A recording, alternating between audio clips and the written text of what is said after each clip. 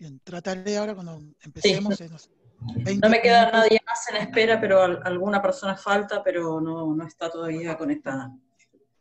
Para cerrar entonces la utopía, ¿por qué nos interesa? Porque en los discursos y prácticas se habla de lo que va a venir, del futuro, de los deseos, ¿sí? Y también las utopías están imbuidas de aquello que se desea hacer, que tiene que ver un anclaje con lo instituido, con el presente, pero pensando en el futuro. Y acá aparecen dos articulaciones. Por un lado, para poder pensar utopías, es necesario retomar la visión de Castoriadis respecto a la capacidad de imaginar. Acá hay una vinculación entre la clase anterior y esta. Se justifica que tenemos utopías y no somos meros reproductores de la realidad porque tenemos esa capacidad para imaginar y que uno crea sobre lo existente, pero también puede crear algo totalmente novedoso a partir de lo dado, que no es una causa-efecto de algo esperable. No es que porque estaban dadas estas condiciones surgió el área de Departamento de Violencia de Género, porque esas mismas situaciones pueden ocurrir en varios municipios y sin embargo no se crea. Entonces hay condiciones, hay saberes que se ponen en juego que en determinadas personas reunidas en un momento determinado crean, por ejemplo, un dispositivo nuevo. Y eso modifica la institución a sí mismo. ¿Se entiende? Pero bueno, en todo caso, entonces, vuelvo a decir que las utopías se alimentan de las producciones imaginarias, de los imaginarios sociales, y las utopías pasan, al igual que el resto de las producciones imaginarias, a también ser elementos que alimentan los imaginarios sociales.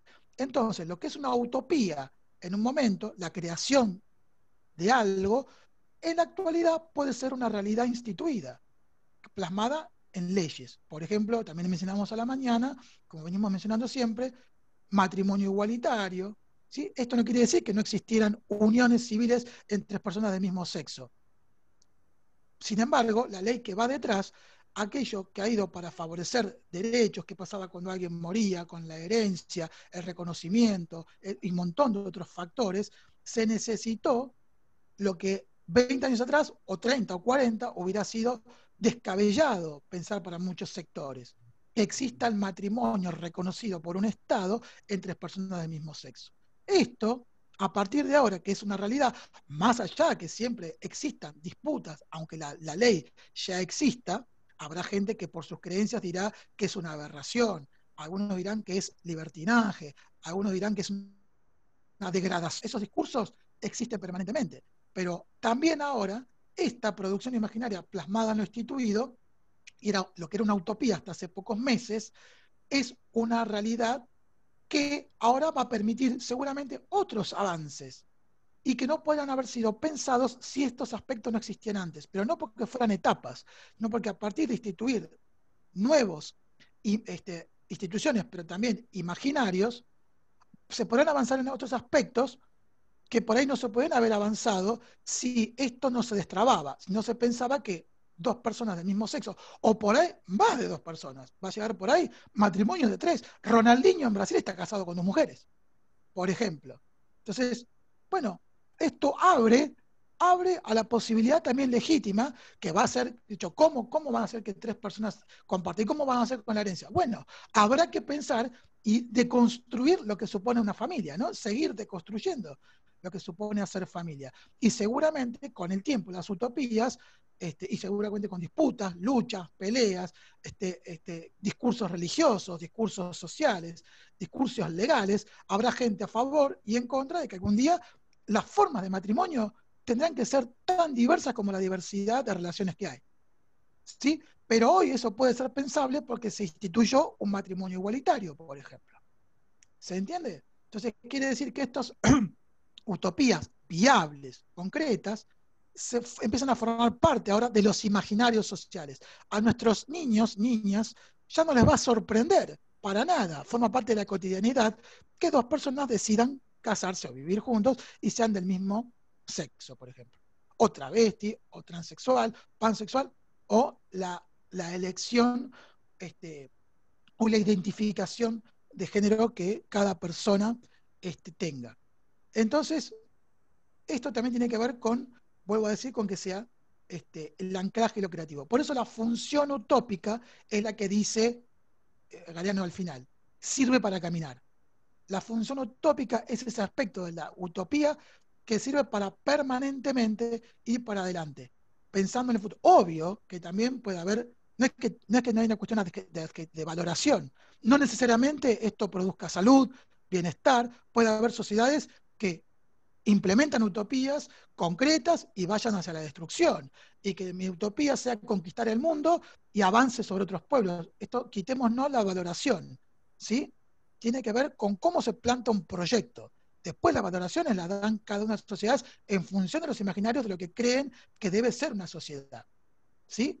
Para el Imperio Romano avanzar sobre el otro era una utopía creada y compartida por el imperio, pero no era muy bien vista por quienes eran avasallados. ¿Se entiende? Entonces, no carguemos de cuestiones valorativas, sino de qué es lo viable y concreto, qué es utópico para una institución en determinado momento. Y acá ocurre lo que dice también Colombo, que hay que también tener atención cuando hay discursos que en lugar de plantarse la utopía en el futuro, en lo que se desea lograr, en que en realidad se apela a la vuelta a un pasado idealizado, a determinado lugar. Y como ya dijimos, nuestro tiempo es irreversible, es cronológico. Entonces, ya de por sí no se puede volver al pasado. Se intenta traer el pasado a la actualidad. Y es lo que él plantea entonces con esas sociedades que más que utópicas, pareciera que su utopía es el mito del eterno retorno. Es la búsqueda como proyección social o institucional de volver a un pasado donde habríamos estado todos mejor. Y obviamente, ahí traemos a Ansart, tiene que ver con determinado sector que busca también plantear esa idea de que vivir en esas estructuras del pasado son más convenientes para vivir en la actualidad. Tiene que ver un poco con esta idea de si reproducimos el pasado vamos a estar bien. Entonces ahí también cuando se confunde la utopía con el mito, cuando se plantea como deseo, como proyecto, aspectos de un pasado más o menos cercano o lejano. ¿Sí? Bueno, yo dejaría ahí la parte de utopías, que tiene que ver entonces con esto. Sí, ¿Puedo preguntarte utopías antes de que nos vayamos? sí, Justo claro. porque lo había marcado hoy que decía la función utópica es negatividad y ahí me había perdido un poco esto cuando lo llevaba a un plano como que la función utópica es negativa, cuando Lee, justamente lee, decimos, lee todo el párrafo para que se entienda. vale, es que no lo tengo acá el texto, era lo que había apuntado yo, por eso. Dice, la función utópica es la que permite estar siendo siempre algo más de lo que es, separarse continuamente de los contenidos particulares del medio, es lo que yo me noté. Sí, sí. Cuando uno habla de negatividad es porque no es lo que se vive en el momento, es lo que te está diciendo ahí. Lo negativo es que la función utópica está permanentemente adelante. Es lo que dice Galeano. Yo estoy 10 pasos, la utopía está 10 pasos adelante. La utopía vive en la negatividad del presente. ¿Se entiende? Por eso es la función negativa. No valorativamente, no es que es negativa la utopía, sino que es negativa respecto del presente. ¿Sí? Lo está cuestionando permanentemente. Si Sí, asociamos, perdón, negativa en el sí, sentido de negación. claro, niega el presente, pero no porque lo desconoce, sino porque no está viviendo al mismo tiempo. ¿Sí? El tiempo utópico está, así como el tiempo mítico está en el pasado primordial, el tiempo utópico está anclado siempre en el futuro. Por eso la contradicción, como les decía recién, cuando la utopía se transforma en el mito del eterno retorno. ¿No? Pucha, se me fue algo que les quería decir respecto a esto de la negatividad. Bueno, eso, el lenguaje, tener cuidado con el lenguaje, que no es algo ni negativo ni despectivo. Es en relación a la positividad, si se quiere, del tiempo presente, de lo que se vive en el hoy. Ah, ya me acordé. Si ustedes se fijan, para comprenderlo, es la utopía, en términos de movimiento dialéctico del análisis institucional. ¿Dónde pondrían ustedes la utopía? ¿En lo instituido, en lo institucionalización o en lo instituyente? La utopía, ¿no? Si tuvieran que relacionarlo. ¿Con qué momento de la institución estaría la utopía?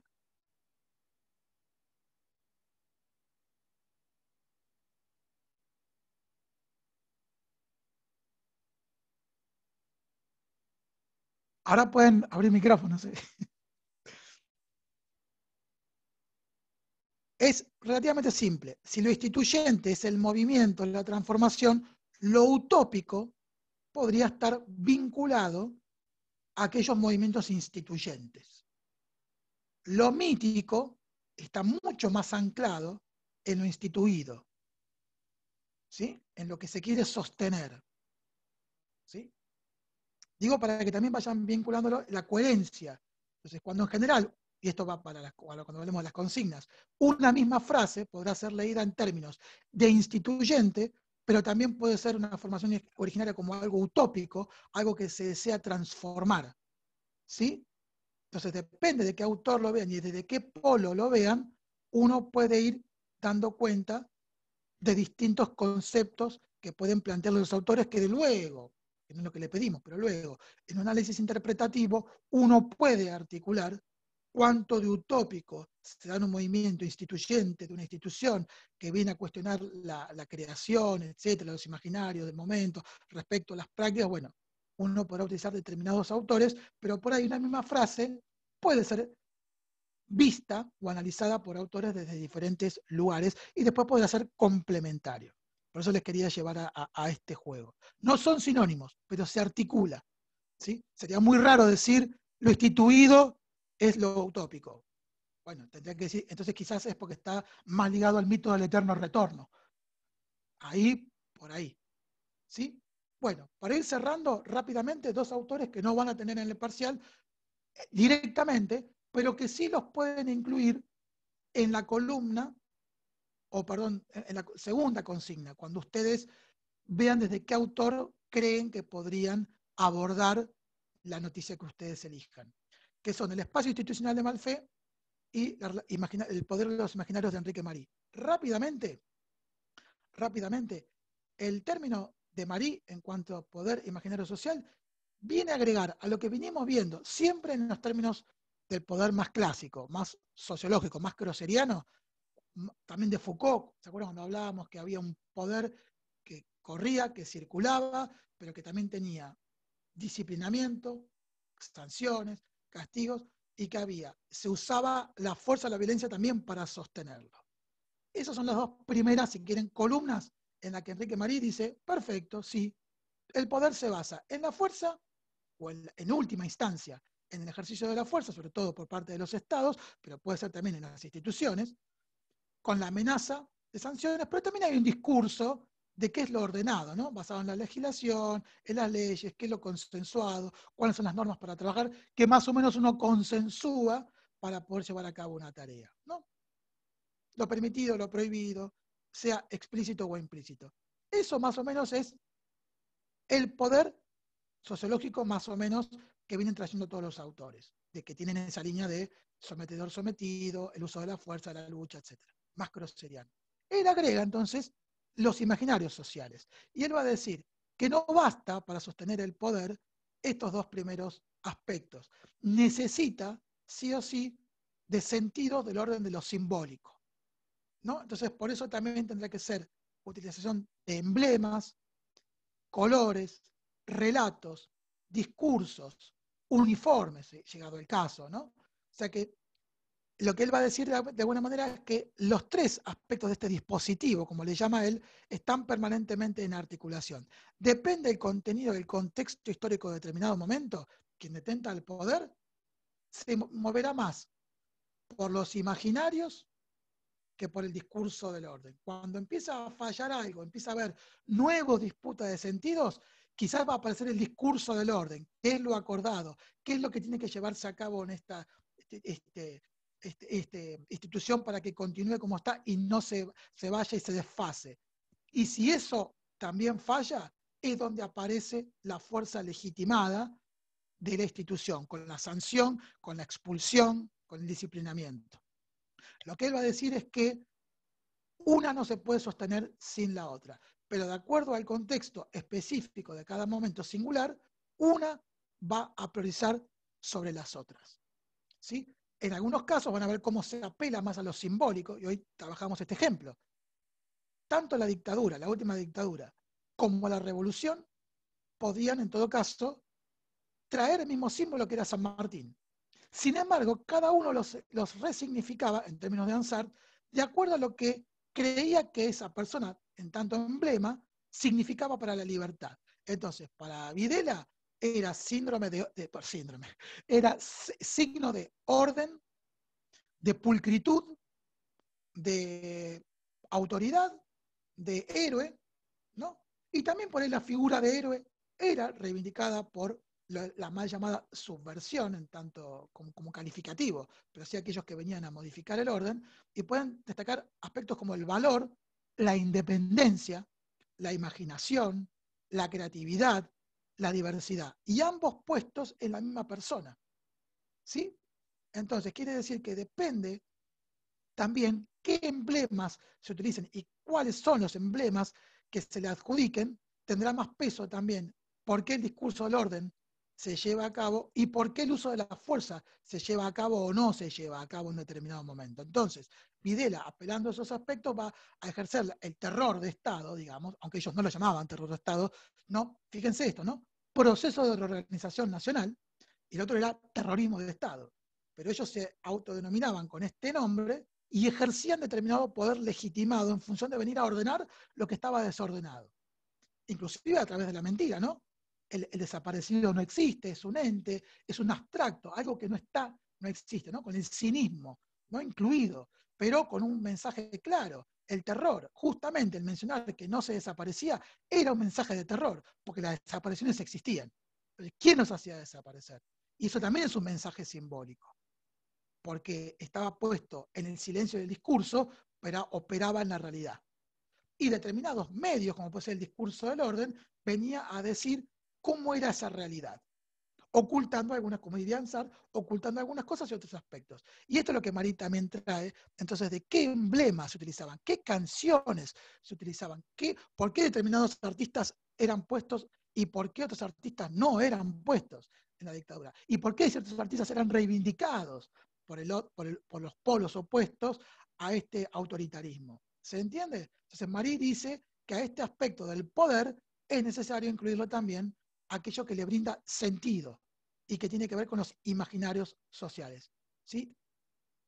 Lo puede usar cualquiera también, vuelvo a decir, lo puede usar Hitler, como decíamos la otra vez, que Hitler resignifica determinados aspectos del Imperio Romano, como el águila, como la esvástica, como los colores rojo punzó en esos monumentales, y lo trae al nazismo como símbolo de fuerza, de homogeneidad, de poder, y entonces basado también en un determinado tipo de ejército, y determinados músicos, y determinada estridencia, y determinados uniformes, ¿sí? Que daban cuenta del orden y de la grandeza del Tercer Reich, por ejemplo. Entonces, él lo que dice es que no basta entonces con el discurso de la fuerza, necesita de este aspecto simbólico también para sostenerse, que a veces basta por sí mismo, y depende del momento, se impone uno sobre el otro. Esto es lo que pueden agregar. Y esto es lo que ustedes pueden también incluir en el punto 2, si lo ven necesario o pertinente de acuerdo a los relatos que han obtenido. Por último, Malfé. Malfé lo que hace ahí es tomar específicamente el espacio y atraviesa todo el tetraedro en un espacio. Y da cuenta que hay una perspectiva funcional del espacio, como podemos decir, el espacio creado por estas colegas para que sea el espacio de violencia de género tiene una función, mantener la intimidad, porque ahí va a haber personas que por ahí cuenten cuestiones íntimas que no está bueno que sean escuchadas por otras personas ajenas al dispositivo. Y entonces, por ejemplo, tiene una perspectiva también política, es una forma de entender la problemática. Ese espacio que tiene una función tiene un sentido político en el tanto de cómo creemos que estas mujeres deben ser atendidas y de qué manera la institución debe contenerlas. Pero también puede ocurrir que haya instituciones donde esté todo abierto y entonces el espacio deja de ser funcional y al mismo tiempo también tiene que ver con una forma de la institución de concebir a esas mujeres, ¿no? Como que esto tienen que contarlo a quien sea en el momento que sea. Entonces, lo que se le adquiere acá también son sentidos a ese espacio. En función de los saberes, del subsistema epistémico, uno puede decir por qué se fundamenta que determinado espacio debe contener determinados criterios, determinados recursos, determinados presupuestos. Es porque desde la dimensión simbólica imaginaria, concibo, por un lado, a la violencia, a la mujer, y también concibo los saberes asociados a intervenir de determinada manera, y el espacio funcional debe tener una relación con lo simbólico imaginario. ¿Se entiende? Entonces, no tiene tanto que ver a veces dónde está ubicado la institución, si arriba, si más cerca de la autoridad o no, sino las características que tiene ese espacio. Pero no basta, entonces, lo que dice Malfé es, no basta con llegar y decir, yo describo el espacio y se explica por sí mismo.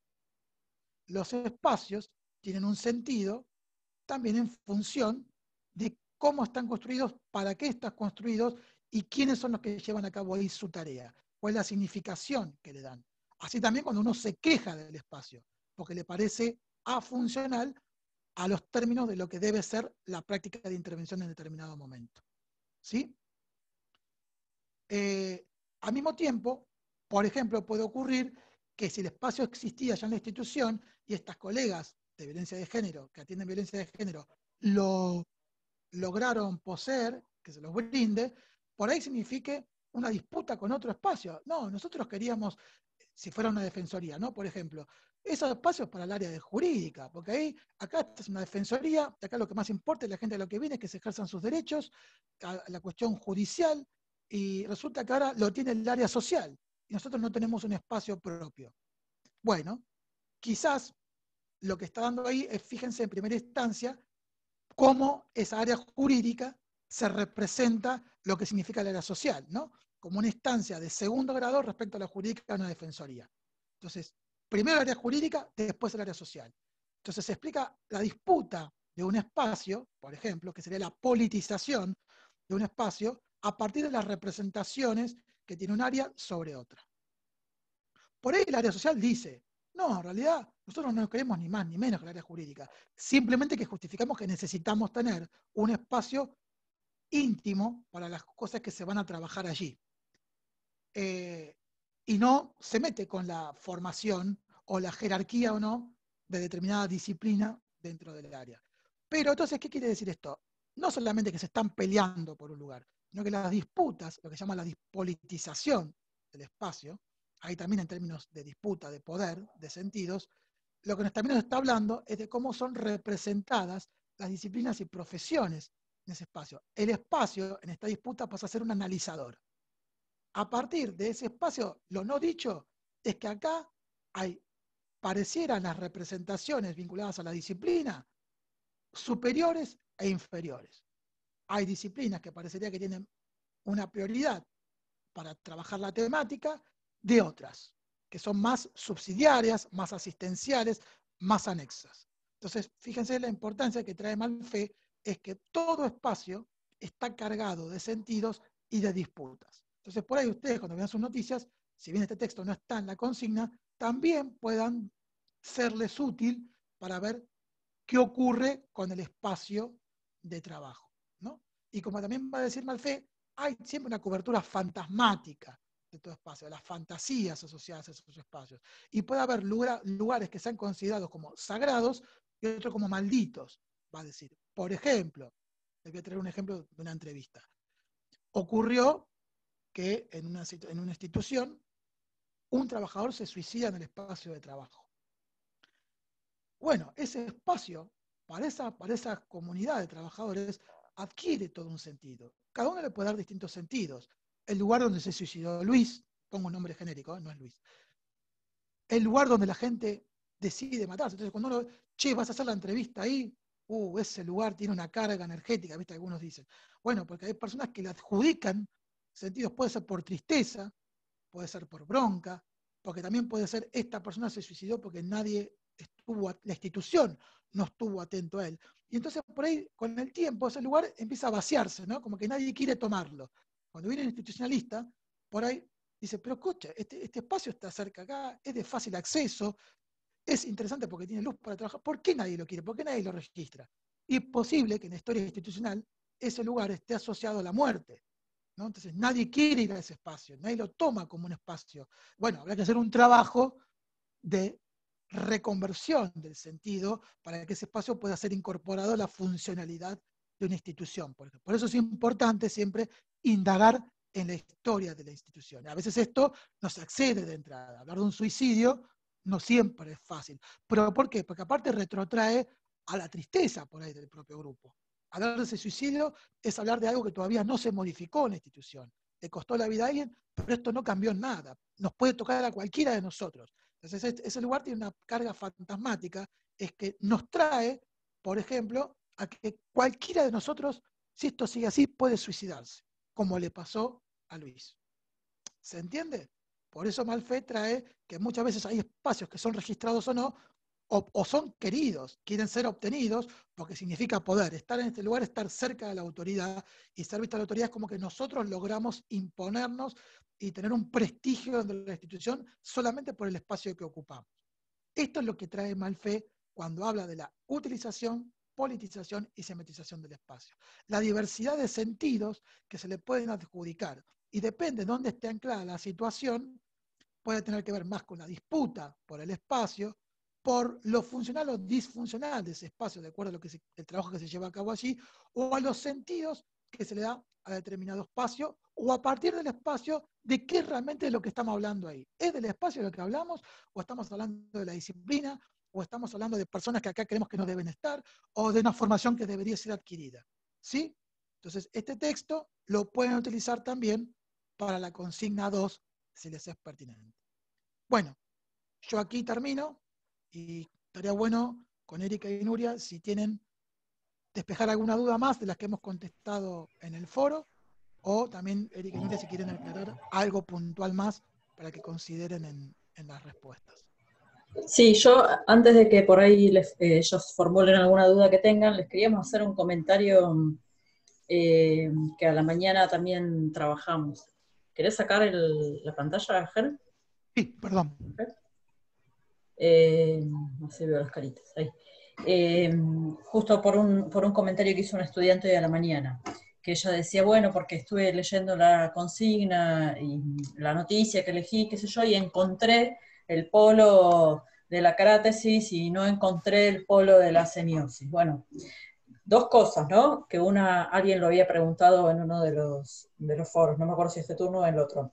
Por un lado puede ser que la noticia que tomen no abarque todas las posibilidades teóricas del tetraedro ni de todos los autores que estuvimos viendo en la cursada, y eso es válido porque, bueno, puede ser que una noticia esté más enfocada a un aspecto o al otro, y un poco lo que trabajábamos con Germán en la mañana era que justamente para eso está pensada la columna en donde ustedes pueden formular preguntas. Quizás si algún aspecto de la situación no explicaba demasiado, no sé, las cuestiones que se podrían pensar, por ejemplo, desde el poder, uno las podría formular a modo de pregunta, ¿qué se preguntaría tal autor de tal cosa, ¿no? De la situación, que necesitaría saber tal aspecto de la situación para poder pensar en el acto poder, digamos, uno lo puede completar justamente en esa columna, ¿sí? Eso por un lado, si ven que no pueden completar, digamos, todos los elementos del tetraedro, es lo más factible que suceda,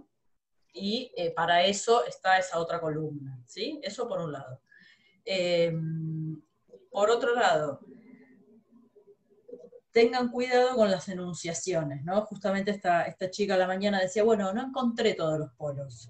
Y con esto tengan cuidado porque, digamos, en la realidad los conceptos no se encuentran, ¿sí? Las categorías teóricas no están allí y uno las encuentra cual arqueólogo o paleontólogo, ¿sí? No es que haya algo ahí a ser encontrado, ¿sí? Son categorías conceptuales que nosotros estamos utilizando, en este caso, un instrumento con el cual vamos a ordenar la situación, los elementos, los datos que la situación nos presenta, pero no vamos a encontrarlo ahí per se en la realidad. Entonces, tengan cuidado, esto lo habíamos señalado en el foro en una de las actividades anteriores, tengan cuidado de no redactar de ese modo, ¿sí? Entonces uno puede decir, bueno, desde el polo de la crátesis puedo reconocer tal y tal y tal el elemento, bueno, ¿no? Como expresarse de un modo en el que no parezca que las categorías conceptuales tienen entidad propia y están ahí para que nosotros las encontremos, ¿sí? Esas dos aclaraciones eran para hacerla. Y otra cosa que les estuvimos charlando bastante a la mañana, es que no hay una única manera correcta de contestar las preguntas, ¿sí? No es que estamos esperando 3 más 3, 6, y si no es eso, está mal, ¿sí? Si uno hizo una buena argumentación y utilizó, por supuesto, en eso, lo que sí está bien es decir correctamente qué dijo o qué no dijo un autor, digamos. Si yo estoy diciendo equivocadamente o adjudicando equivocadamente un concepto a un autor, eso sí va a estar mal.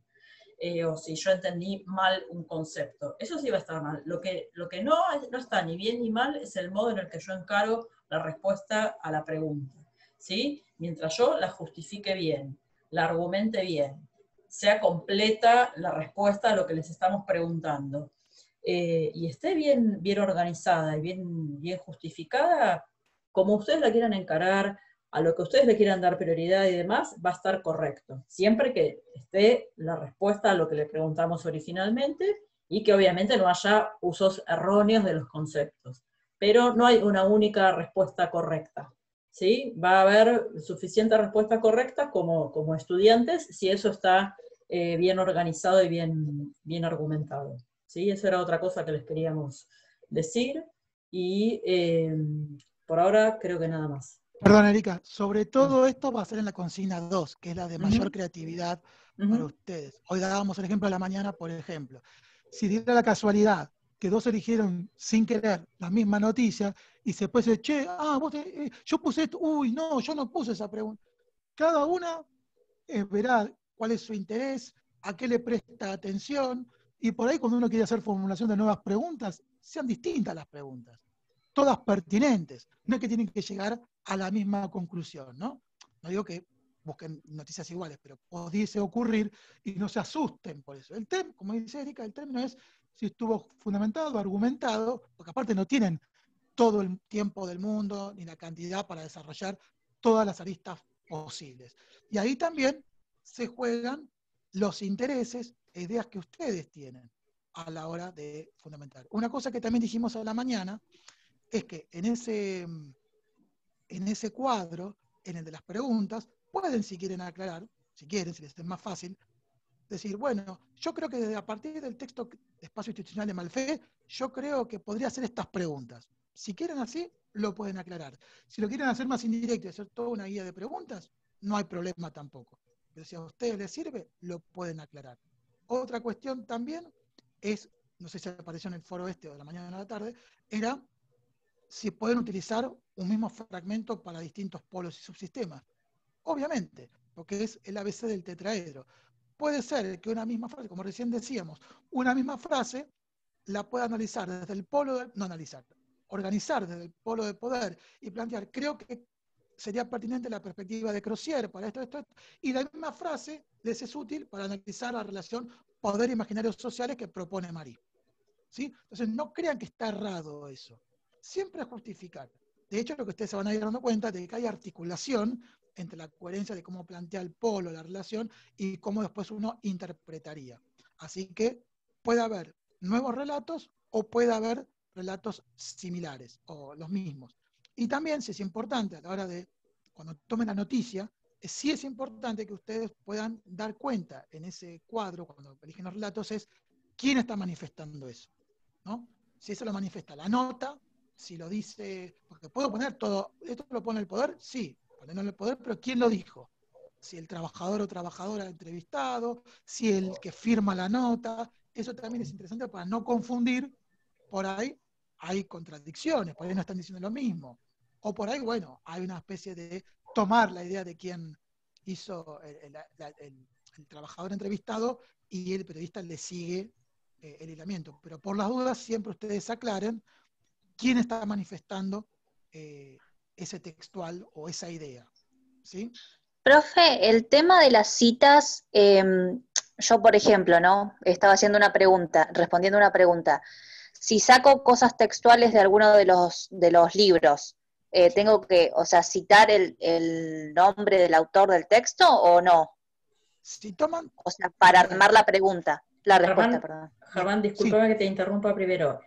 Se va a cortar Se en corta 3 minutos. Si no les molesta, vuelvan a conectarse 5 o 10 minutitos y terminamos las dudas. Eso quería decir. Bien. Hay dos aspectos. Uno, el archivo que les comentaba Erika de las normas APA. Ahí pueden fijarse Sí. como guía, como guía. Como bien decíamos hoy de la mañana, eso se actualiza, pero les ayuda un poquito, también los va metiendo un poco en el ámbito académico. Ahora, si estás utilizando porque vos decís, utilizo tal autor con el concepto tal, tiene que estar citado. Si lo usas textual, hay una forma de citar. Como alguien planteaba, pero me va a ocupar mucho espacio la cita, bueno, pueden poner una nota al pie y eso les quita espacio del cuadro y lo lleva al margen inferior. Pero cuando ustedes citan textual y necesitan citar una idea textual, es textual y así se cita. Si ustedes quieren decir, tomo el concepto de Crozier cuando plantea esto, esto y esto, y lo explican ustedes con sus propias palabras, hay también una forma de citar cuando se cita ideas. ¿Sí? Ahí también. Ok. Vayan a la norma ZAPA, entonces no necesito ponerlo en apaisado textual, porque usé la idea para resumir y es una forma de citar. También pueden combinar las dos. Lo que dice Crozier en relación con esto, y citan una parte textual, también. A veces hay distintas combinaciones. Siempre lo más importante, creo, es cuando uno ya se apropia del discurso del autor y lo puede citar interpretándolo, y a veces agrega un párrafito central significativo que es el discursivo. Pero ahí también, eso va a la creatividad de ustedes. Lo que sí sepan es cómo se cita, si es textual, si es la idea, si es una combinación. Y lo que sí es, cuando sea muy largo la cita, hagan una nota al pie y sáquenla para que les rinda más el cuadro para poner ustedes y no pasarse de los límites. Gracias.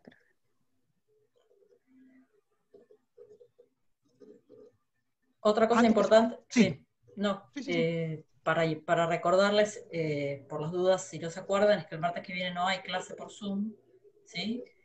Y que recuerden la hora límite que les habíamos dicho, les habíamos fijado para subir el trabajo. Después de esa hora no se va a poder subir el trabajo, así que háganlo con tiempo, súbanlo con tiempo, y si tienen algún inconveniente nos escriben en el momento en el que están teniendo el inconveniente. No nos pueden escribir al día siguiente a decir, profe, tuve este problema, ¿sí? Tienen 1000 maneras de comunicarse con nosotras, aún si se les corta la luz, tienen maneras de mandar un mail, ¿sí? O sea que cualquier problema que tengan, que pueda haber miles en el contexto en el que estamos, los podemos comprender, siempre y cuando nos lo avisen en el momento, ¿sí? Si les pasa algo, no sé, le mandan un WhatsApp a otro y el otro nos escribe, como a veces hacen por el chat y nos dicen a fulano se le cortó la luz, bueno, todo puede pasar, siempre y cuando nos avisen, ¿sí? Perdón, Ger, ¿querías decir algo? No. Igual ya se corta. Sí. Si quieren, cortamos y arrancamos de nuevo. ¿Sí? ¿Hay Si alguna quieren, pregunta? ¿Hay alguna pregunta? ¿dudas teóricas? Bueno, si hay, hay una que tiene. Si hay Sí. una que tiene, cortemos y Dale. retomemos. Dale.